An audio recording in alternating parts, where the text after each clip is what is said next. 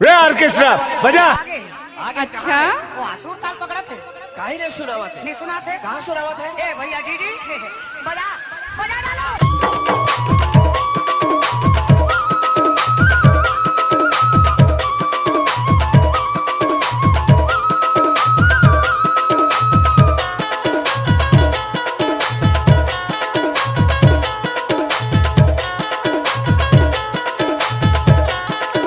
छोटू यादव खमेरिया।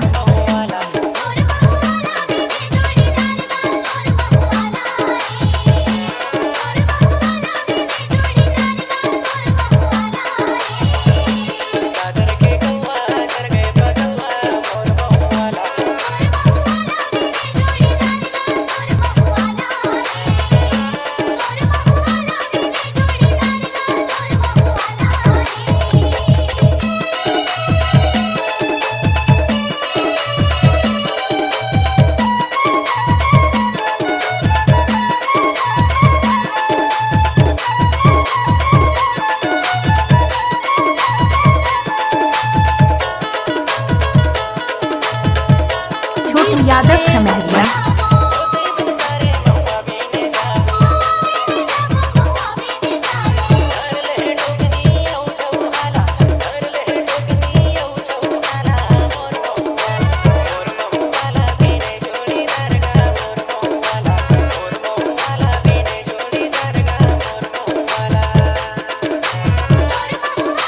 आप छोटू सुन यादव रहे का हैं मिक्स किया हुआ गाना। डीजे